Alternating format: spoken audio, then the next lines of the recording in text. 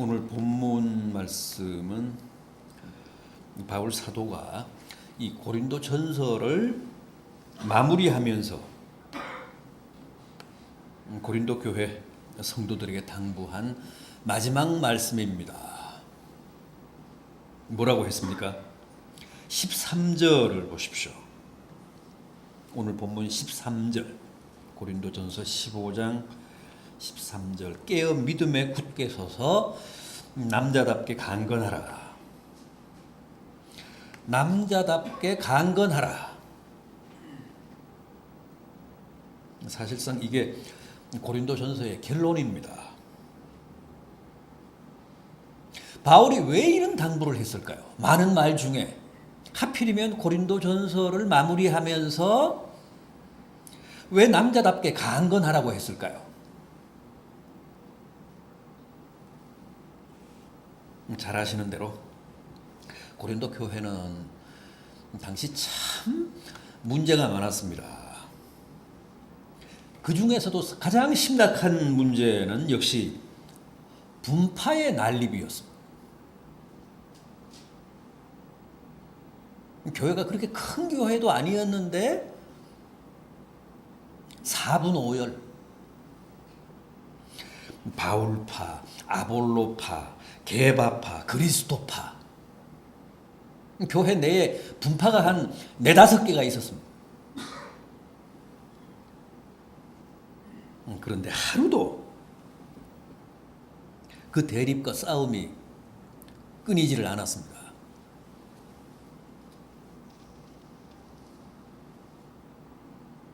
그런데 당시 고린도 교회는 그런 파벌, 분파 외에도 은사 문제가 있었죠. 우상 숭배 문제가 있었죠. 또 바울의 사도권에 관한 시비도 있었죠.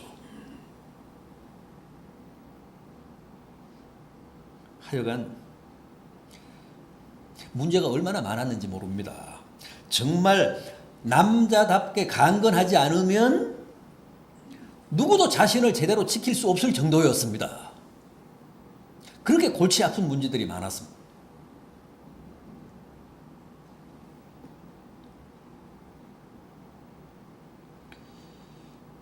자, 그렇다면 바울이 당부한 대로 남자답게 강건하기 위해서는, 남자답게 강건해서 자신을 제대로 지키기 위해서는 어떻게 해야 할까요? 어떻게 해야 남자답게 강건할 수 있을까요? 우선 깨어 믿음에 굳게 서라고 합니다. 본문 13절을 다시 보십시오. 남자답게 강건하라는 말씀 앞에 뭐가 있습니까? 믿음에 굳게 서라. 믿음에 굳게 서서 남자답게 강건하라 그랬습니다. 남자답게 강건하려면 무엇보다도 믿음에 굳게 서야 합니다. 믿음에 굳게 서지 않으면 누구도 남자답게 강건할 수가 없습니다.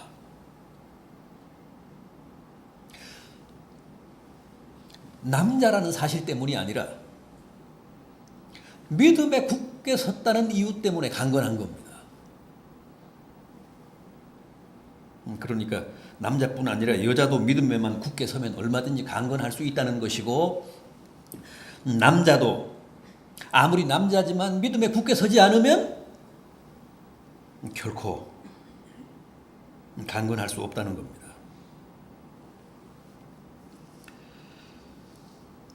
여러분, 남자라는 성이 혹은 남자가 가진 완력이 결코 그 사람을 강건하게 하는 게 아닙니다. 믿음이 사람을 강건하게 합니다. 믿음이 우리를 용감하게 하고 씩씩하게 하고 남자답게 담대하게 합니다. 왜 그럴까요?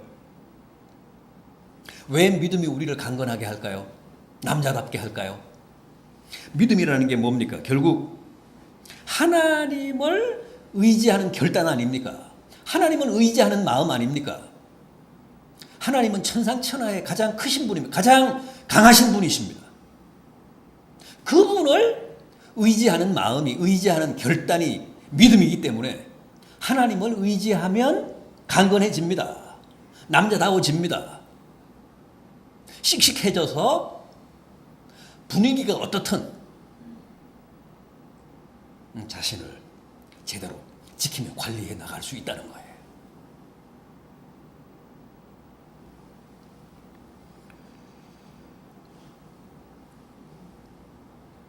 하나님을 의지하지 않으면 우리는 자신을 의지하잖아요. 알량한 자신의 힘에 기대서 살잖아요.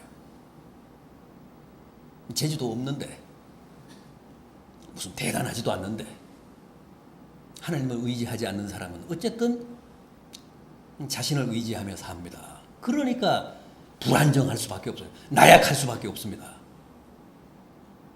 그러나 가장 크시고 가장 위대하시고 가장 강하신 하나님께 기대어 살면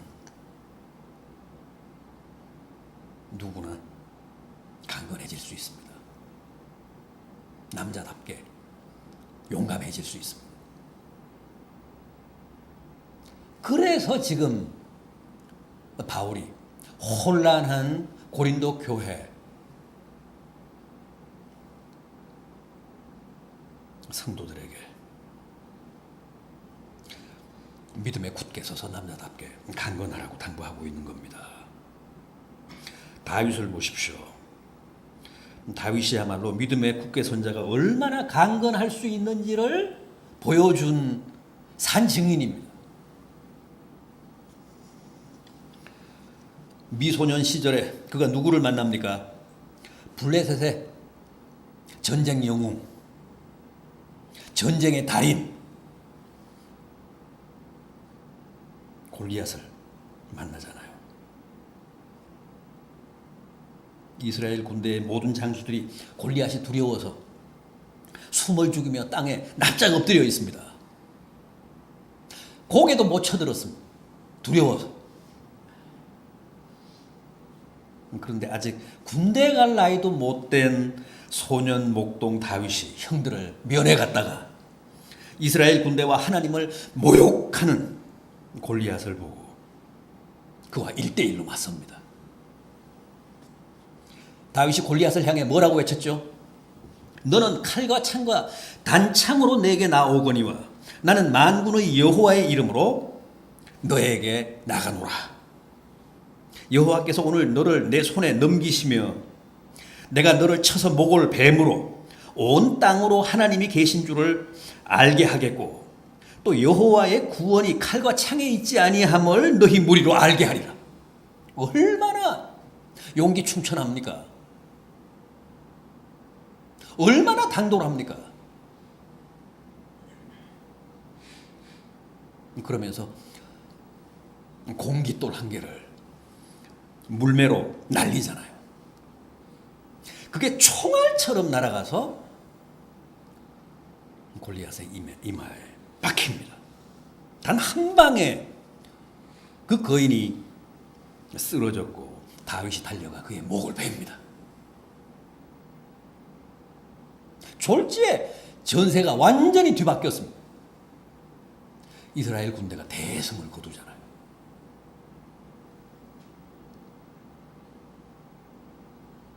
믿음에 굳게 서면 어린 소년도 이렇게 천하 무적의 장수처럼 용맹하고 담대해집니다. 부디 우리 푸른교회 남선교회 회원들도 비록 다들 나이도 있으시고 또 수적으로도 많은 열세에 있지만 그러나 믿음에 굳게 서기만 하시면 위축될 필요가 없습니다.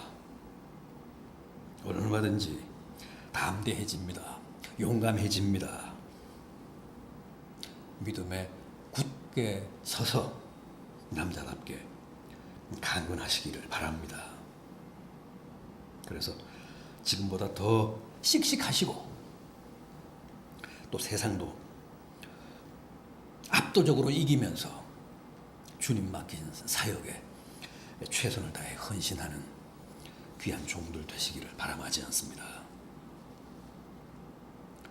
다음은 모든 일을 사랑으로 하랍니다. 모든 일을, 매사를, 범사를 사랑으로 하면 강건해진다고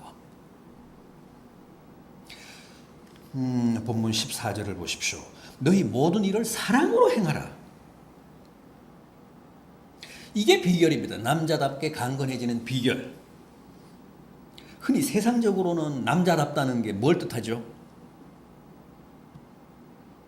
무슨 일이건 거칠게 힘으로 밀어붙이는 걸 우리가 남자답다,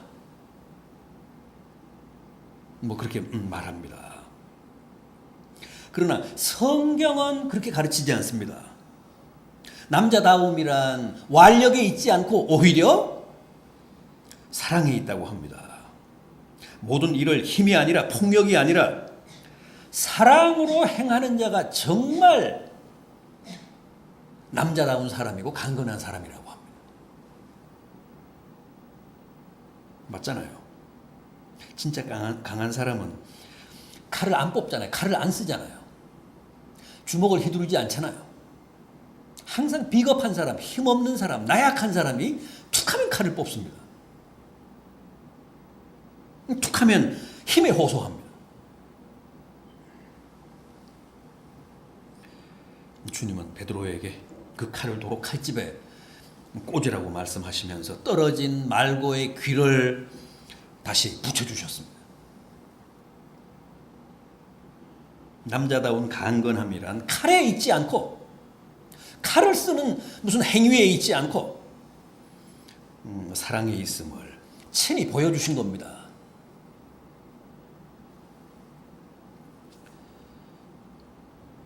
이솝 우화에도 그런 얘기 있잖아요. 어느 날 바람과 햇빛이 길 가는 나그네의 옷을 벗기는 내기를 합니다. 먼저 바람이 나그네의 그 윗도리를 벗기기 위해서 강하게 바람을 날립니다. 길 가던 나그네는 옷이 날아갈까 봐 점점 더 옷깃을 단단하게 여미잖아요. 결국 바람은 실패했습니다. 다음 햇님은 따뜻한 햇살을 비춥니다. 그랬더니 나그네가 여미었던 옷을 풀어헤치고 나중에는 결국 윗도리를 스스로 벗지 않습니까? 강함이 아니라 따뜻함이 이긴다는 거예요. 옷을 벗긴다는 거.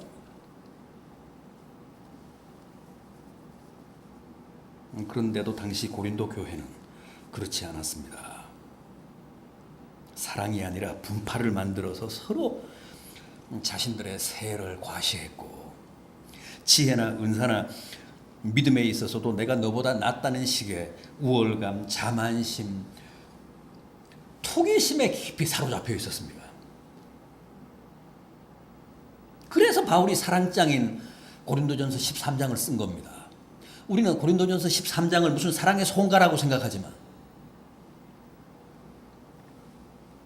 무슨 바울의 사랑에 대한 예찬이라고 생각하지만 실은 고린도 교회에 대한 신랄한 고발이고 비판입니다.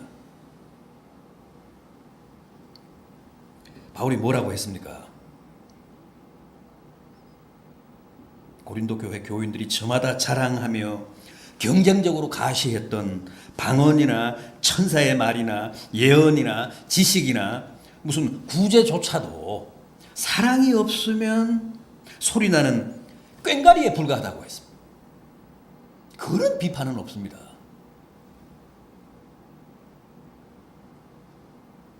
그러면서 사랑은 오래 참는 것이고 온유한 것이고 투기하지 않는 것이고 자랑하지 않는 것이고 교만하지 않는 것이고 무례히 행하지 않는 것이고 자기의 유익을 구하지 않는 것이고 성내지 않는 것이다.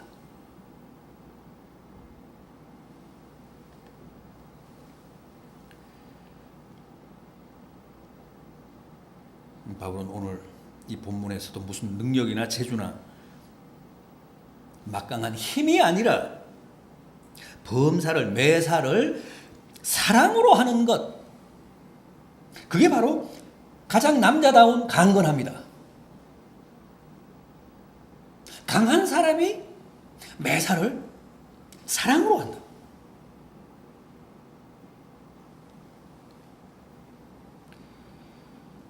여러분, 진정한 남자다움과 강건함이 어떤 것인지를 다시 한번 깊이 생각해 보시기 바랍니다. 그래서 늘 사랑으로 충만한 우리 남선교회 회원들 되시고 또 성도들 되시기를 간절히 부탁드려 마지 않습니다. 또 있습니다. 복종하라고 합니다. 복종하는 사람이 남자답게 강건한 사람이라고 합니다. 16절을 보십시오. 이 같은 사람들과 또 함께 일하며 수고하는 모든 사람에게 순종하라. 성경은 구원받지 못한 세상 사람들의 특징을 불순종이라고 합니다. 그래서 성경이 흔히 세상 사람들을 뭐라고 합니까? 불순종의 자녀라고 하죠. 불순종의 자녀.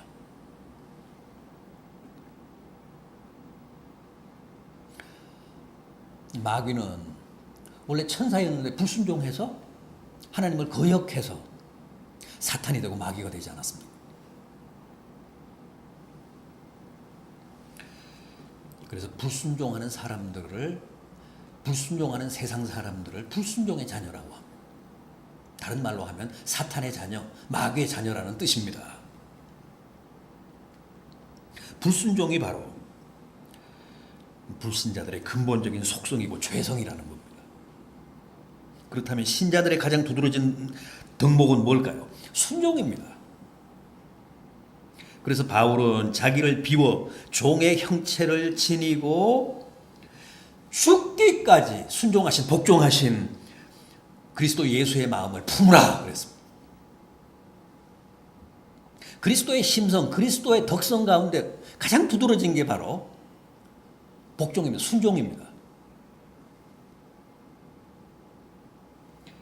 여러분, 주님처럼 죽기까지 복종하는 마음이 바로 우리 그리스도인들이 목표로 삼아야 할 믿음의 최고의 경지입니다.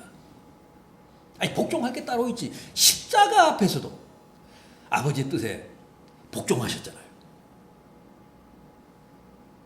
죽음의 쓴잔조차도 그게 아버지 뜻인 한 제가 복종하겠습니다. 내 개인적인 바람은 이 죽음의 쓴잔이 나를 그냥 지나가기를 원하지만 그게 아버지의 뜻이 아니라면 기꺼이 그 죽음의 쓴잔 마시겠습니다. 그게 주님의 복종 아니었습니까? 죽기까지 복종하신 그 그리스도의 심장을 너희도 품기를 바란다. 이게 바울의 호소고 당부였습니다. 여러분, 순종하는 사람, 복종하는 사람이 남자다운 사람입니다. 남자다운 강건함이 없이는 순종을 결단할 수가 없습니다. 복종을 결단할 수가 없습니다. 비겁한 사람은 절대 순종하지 못합니다. 복종하지 못합니다. 남자다운 담대함이 있어야 정말 주님처럼 죽음의 쓴잔 앞에서도 복종을 결단할 수 있습니다. 용감하지 않으면, 씩씩하지 않으면 절대 복종 못합니다.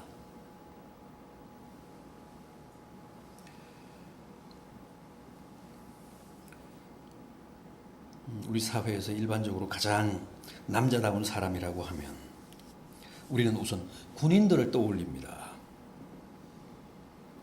군인들이야말로 정말 용감하고 씩씩하지 않습니까? 우리가 고생스럽기는 해도 우리 아들들이 다 군대 갔다 오기를 바라는 것도 군대 갔다 오면 그래도 좀 남자답게 변해오기 때문에 그렇습니다. 나약하게 늘 온실 속에서만, 온실 안에서만 자라다가 군대 가서 조직 생활도 하고 육체적으로 정신적으로 고생도 좀 하고, 그래서 강인한 남자로 거듭나서 돌아오기를 바라는 마음으로 우리 아들들을 군대에 보냅니다. 그렇다면 군대에서 훈련받는 군인들의 남자다움이란 어떤 걸까요? 군인들은 상급자, 지휘관의 명령에 절대 복종하는 사람들 아닙니까? 군인들의 가장 큰 덕목은 바로 군인들의 가장 두드러진 그 미덕은 복종에 있습니다. 복종이 군인 정신의 핵심입니다. 전시에는 복종하지 않으면 총살입니다. 우리 신자들도 마찬가지입니다. 주님 명령에 무조건 복종하는 사람들입니다. 우리도 다 군인들입니다. 십자가 군병들입니다. 그리스도의 군사들입니다. 제 말이 아니라 성경의 규정입니다.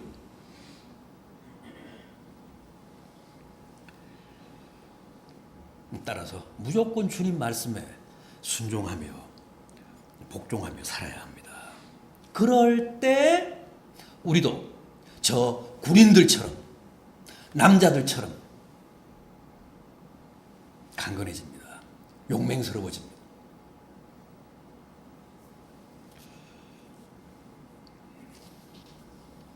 여러분, 순종하면 진정한 하나님의 자녀고, 불순종하면 불순종의 아들들입니다. 부디 우리 푸른교회 남성교회 회원들과 성도들은 다 주님 말씀에 절대 순종하심으로 늘 강건한 삶을 사시는 복된 성도들 되시기를 진심으로 기원합니다. 기도하시겠습니다.